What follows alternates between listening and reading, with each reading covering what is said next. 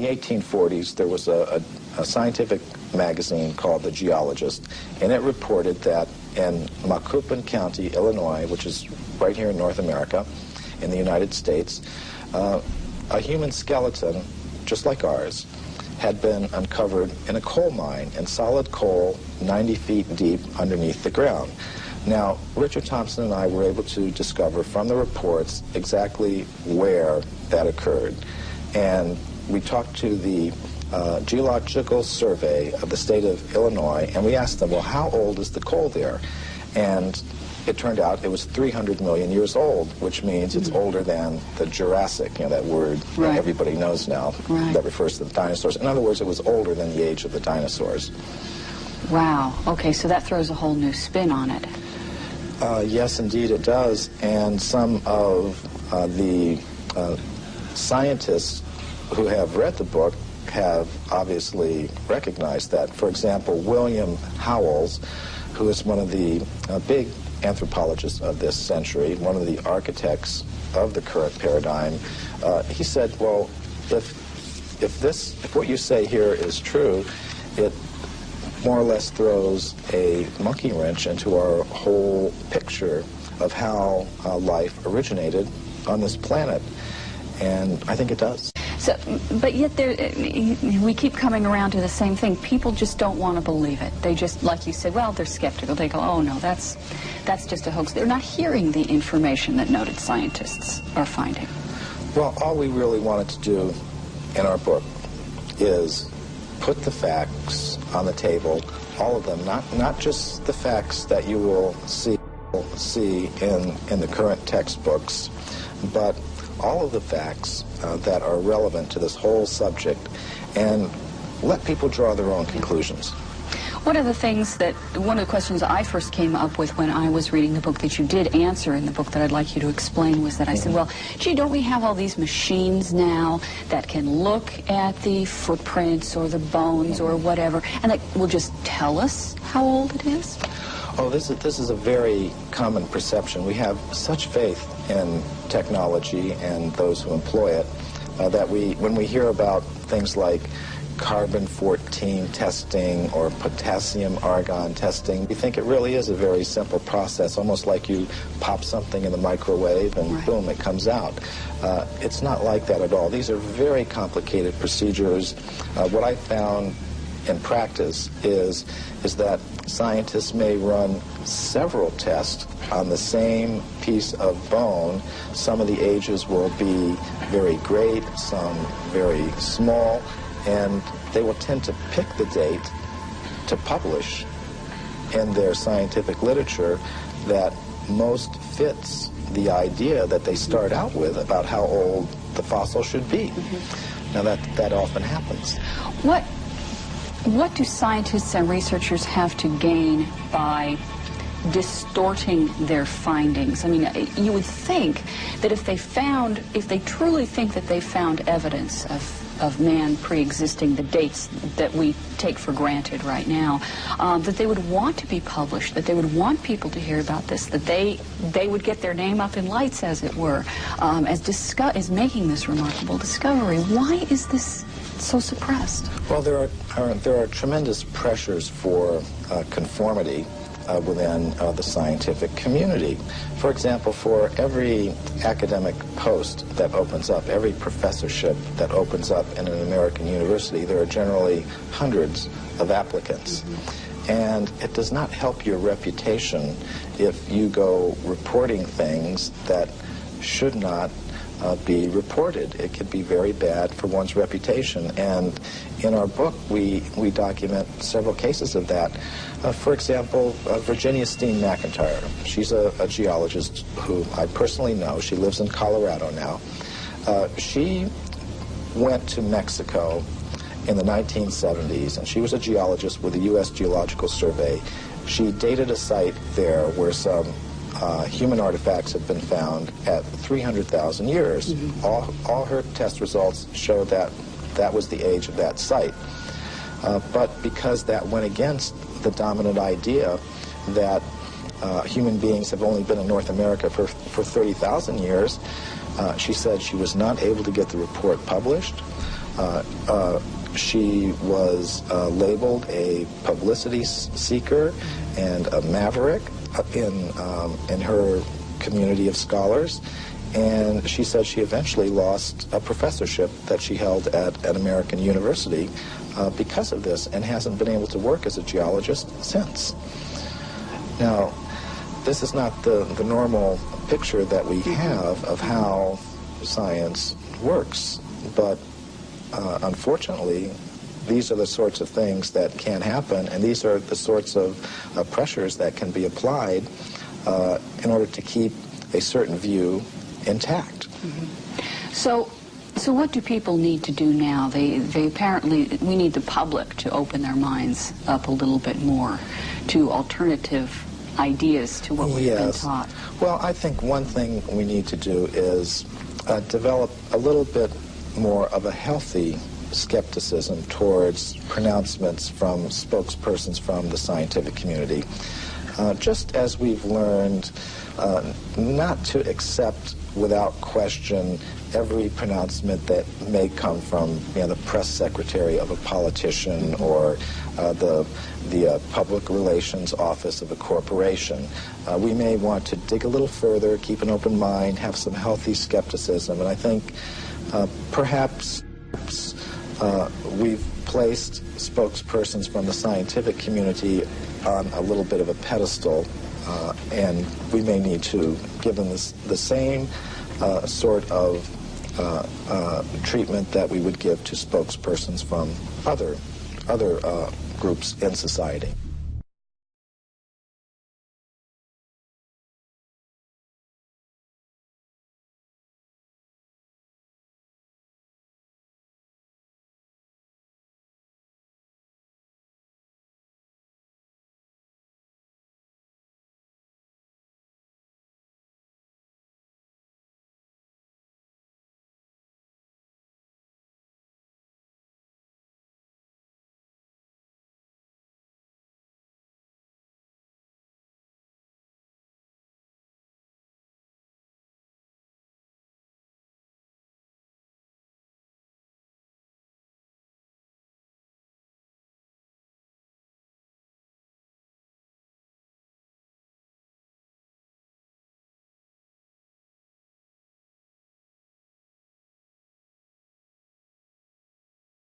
Now, these histories tell of human civilizations on this planet going back millions of years.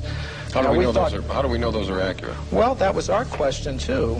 Richard Thompson and I, we thought, well, if there's any accuracy to those statements, there must be some factual evidence to back them up. Now, when we looked in the current textbooks, of course, we didn't find any such evidence, but we thought, well, let's look a little bit further. And as I said, that led to an 8-year research program where we investigated every archaeological discovery ever made.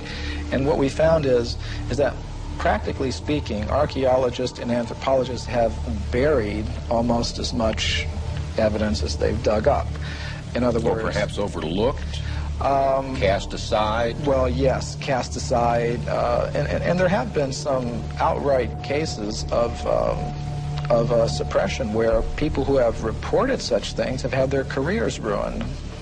We should never, I don't think, be afraid to investigate opposing points of view.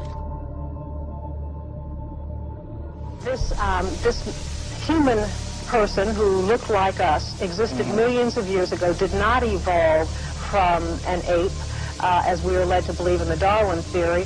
Why has this evidence been suppressed, and what kind of evidence have you found to support this? Well, I'll give you a very good example. Now, one example from historical times is during the California gold rush days, miners were digging tunnels thousands of feet into the sides of mountains. Now, the rock in these mountains is over 10 million years old. So when they were digging these tunnels, they were finding human skeletons, they were finding stone spear points, they were finding mortars and pestles, hundreds of them at dozens of locations. Now, all these were gathered together, reported to the scientific world by J.D. Whitney, who was the state geologist of California. And he published a massive book about them by Harvard University. Harvard University was the publisher. Now, what happened to these artifacts? Why aren't they on display in museums? Why aren't our children taught about them in schools? There was a very powerful anthropologist at the Smithsonian Institution named William H. Holmes, and he said to Whitney, "You, Dr. Whitney, if you had understood the theory of human evolution as we understand it today, you would have hesitated to announce your conclusion, namely that human beings existed millions of years ago, despite the imposing array of facts with which you were confronted." In other words, simply because the facts didn't fit the theory, the facts had to go, and so did Professor Whitney. And a vast amount of evidence showing that human beings like ourselves have been around for millions of years has been systematically suppressed. And I can give you some examples. For example, in 1979, Mary Leakey, who's one of the most famous archaeologists of this century, discovered in Africa completely modern human footprints, no different from the footprints that you or I would make on a beach today. Now, the thing about these footprints is they were found in rock that was dated 3.6 million years old. And that throws out completely any idea of human origins that's current today. Why would anyone want information like that suppressed? What possible advantage would there be in that? Well, power, prestige, money, there's a lot riding on it. If even one of the hundreds of cases that we document were found to be true, accepted, that would mean that everything we've been told about human origins and antiquity for the past 150 years is simply not true. And I don't think that the current establishment is ready to admit that. Let's just put the facts on the table and look at them and see how they've been dealt with. It shouldn't matter, what your motive is. It's like bowling. If you bowl a strike, who cares if you're doing it for this reason or another? I mean, facts are facts. Now, the facts that we've uncovered... we know statistics can be distorted for whichever way someone wants them to be distorted. We know that. Right. You and I could take the same statistic and change it around and make it look different. So let's look at them. You have talked in terms of the fact that scientists don't cheat. That's a myth. You say there's actual cheating going on. Oh, that's very well documented. For example, the Piltdown case is a very famous case that documents that. Now, what that has to do with is early in this century, there was a purported discovery of an ape man in England based on a skull and a jawbone.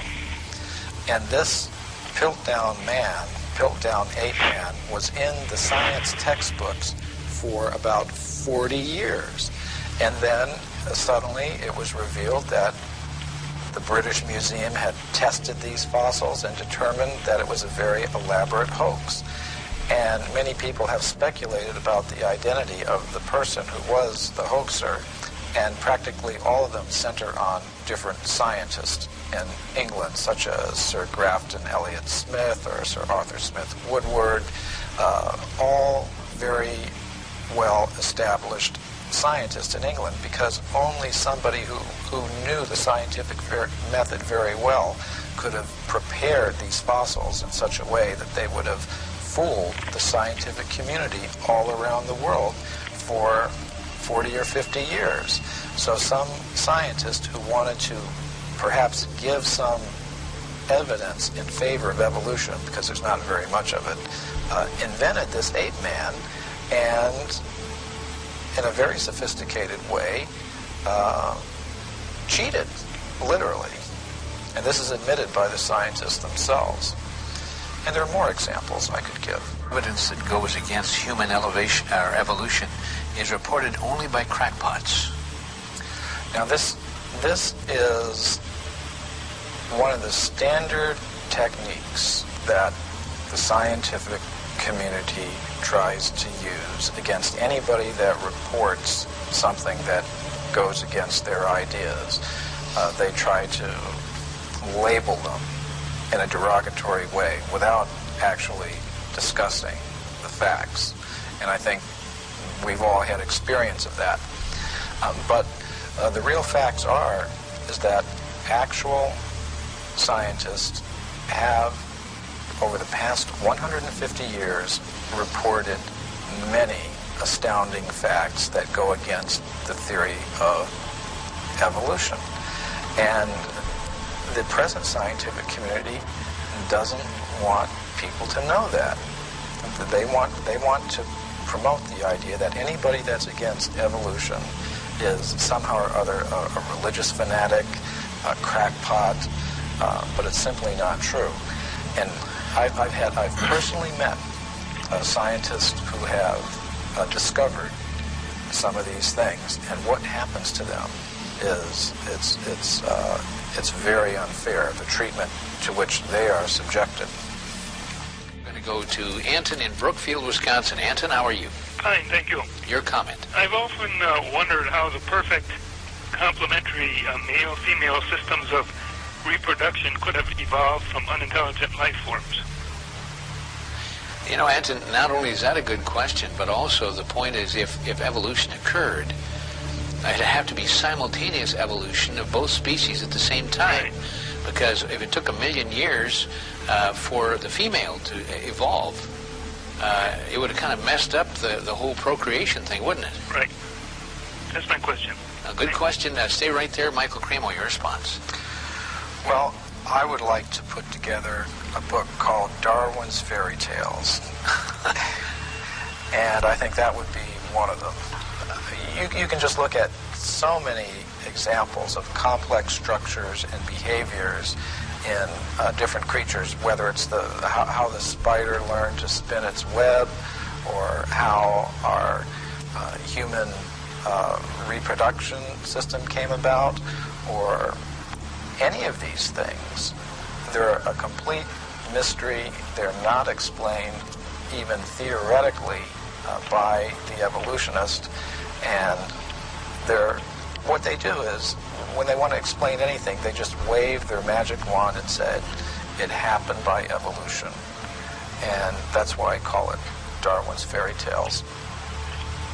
If you were to predict what archaeologists might find, you would say, well, they would tend to find a very bewildering mixture of anatomically modern human fossils, ape-man-like fossils, crude stone tools, articles indicative of a higher level of culture, all sort of mixed up and going back, hundreds of millions of years. Mm-hmm. I think you might also predict that given the biases of investigators towards a linear progressive idea of time, with things beginning in a very simple state and progressing in a linear fashion to a more advanced state, that they might edit that record to conform to their linear progressive biases. And indeed, both predictions we found in our investigations do come true. You actually do have that very bewildering, mixture of advanced artifacts and bones mixed up with more primitive ones, going back hundreds of millions of years.